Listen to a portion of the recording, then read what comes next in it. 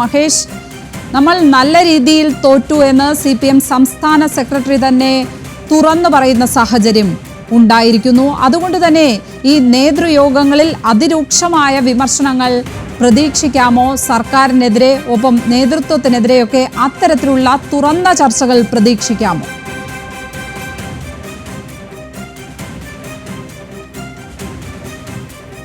ലക്ഷ്മി, നിർണായകമായ CPM-ന്റെ നേതൃയോഗങ്ങൾക്കാണ് ഇന്ന് തുടക്കമായിരിക്കുന്നത്. അല്പസമയം AK സെന്ററിൽ യോഗം ആരംഭിച്ചിരിക്കുന്നു. CPIM-ന്റെ general secretary Sitaram Yechury, party polit bureau അംഗം പ്രകാശ് കരട് തുടങ്ങിയവർ ഈ യോഗത്തിൽ പങ്കെടുക്കുന്നുണ്ട്. വളരെ നിർണായകമായ യോഗം എന്ന് പറയുന്നത് തന്നെ കൃത്യമായി ഇത്രയധികം കനത്ത പരാജയം ഏറ്റുവാങ്ങി നിൽക്കുകയാണ് ഇടതുപക്ഷം. അതിൽ CPIM-ന് പാർട്ടിയുടെ ഉറച്ച കോട്ടകളിൽ പോലും പിന്നാക്കം പോകുന്ന സ്ഥിതി ഉണ്ടായി. മാത്രമല്ല BJP-യുടെ പാർലമെന്റ് സീറ്റിലേക്ക് ഒരു അക്കൗണ്ട് തുറന്നിരിക്കുന്നു. BJP മറ്റ് പല മണ്ഡലങ്ങളിലും മുന്നേറ്റം ഉണ്ടാക്കിയിരിക്കുന്നു. ഈ സാഹചര്യത്തിൽ ഈ വസ്തുതകൾ ഇഴകേറി പരിശോധിക്കുന്ന ഒരു നേതൃയോഗങ്ങളായിരിക്കും നടക്കുന്നത്. ആദ്യത്തെ 2 ദിവസം ഇന്നും നാളെ സംസ്ഥാന സെക്രട്ടേറിയറ്റ് യോഗം ചേരും. മറ്റന്നാൾ മുതൽ സംസ്ഥാന കമ്മിറ്റി 3 ദിവസത്തേക്ക് യോഗം ചേരും. ഈ യോഗത്തിൽ നിശ്ചിതമായ വിമർശനവും സ്വയംവിമർശനവും ഉണ്ടാകുമെന്ന് ഉറപ്പാണ്. കാരണം ഇക്കാര്യത്തിൽ പാർട്ടി വോട്ടുകളിൽ പോലും അടിസ്ഥാന വോട്ടുകൾ പോലും നഷ്ടപ്പെട്ടു എന്ന വിലയിരുത്തൽ പല ജില്ലാ കമ്മിറ്റികളിൽ നിന്നും ഉണ്ടായിട്ടുണ്ട്.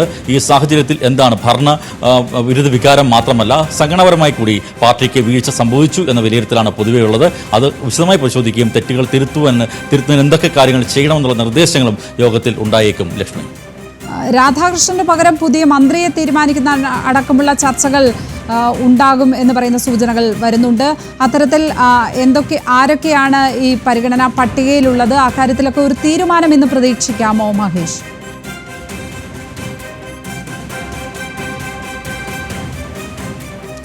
ഇന്ന് തീരുമാനം അക്കാര്യത്തിൽ ഉണ്ടാകില്ല. സംസ്ഥാന സെക്രട്ടേറിയറ്റ് ആദ്യം പരിശോധിക്കുക തോൽവിയുടെ കാരണങ്ങളും തെറ്റിദ്ധരുത്തേണ്ട കാര്യങ്ങളെക്കുറിച്ചുമുള്ള കാര്യങ്ങളായിരിക്കും. സംസ്ഥാന കമ്മിറ്റിയിൽ അദ്ദേഹത്തിലുള്ള റിപ്പോർട്ട് അവതരിപ്പിക്കുന്നതിനെക്കുറിച്ചുള്ള ചർച്ചകൾ ഉണ്ടാകും. സംസ്ഥാന കമ്മിറ്റിക്ക് മുമ്പാകെ ആയിരിക്കും സംസ്ഥാന സെക്രട്ടേറിയറ്റ് യോഗം ചേർന്ന് സംസ്ഥാന കമ്മിറ്റിയിലായിരിക്കും ഈ മന്ത്രിസഭാ പുനഃസംഘടന ബന്ധപ്പെട്ട കാര്യങ്ങൾ വരുന്നത് എന്നാണ് മനസ്സിലാക്കാൻ കഴിയുന്നത്. ഇപ്പോൾ കിട്ടുന്ന സൂചന അനുസരിച്ച് വയനാട്ടിൽ നിന്നുള്ള OR കേളു മന്ത്രിസ്ഥാനത്തേക്ക് വരാനുള്ള സാധ്യതയുണ്ട്. അദ്ദേഹം പട്ടികവർഗ വിഭാഗത്തിലുള്ള ആളാണ്. ഇപ്പോൾ നിലവിലെ K രാധാകൃഷ്ണൻ ഒഴിയുന്നതോടുകൂടി ആ വിഭാഗത്തിൽ തന്നെ ഉള്ള ഒരാളെ മന്ത്രിസ്ഥാനത്തേക്ക് കൊണ്ടുവരണം എന്നുള്ള നിർദ്ദേശമാണ് പൊതുവേ ഉള്ളത്. അതുകൊണ്ട് തന്നെ OR കേളുവിനാണ് കൂടുതൽ സാധ്യത. മറ്റ് പേരുകളും പരിഗണനയിലുണ്ട്. അന്തിമമായ തീരുമാനം എന്തായാലും ഈ സംസ്ഥാന കമ്മിറ്റിയിൽ ഉണ്ടാകുമെന്നാണ് പ്രതീക്ഷിക്കുന്നത്. ലക്ഷ്മി.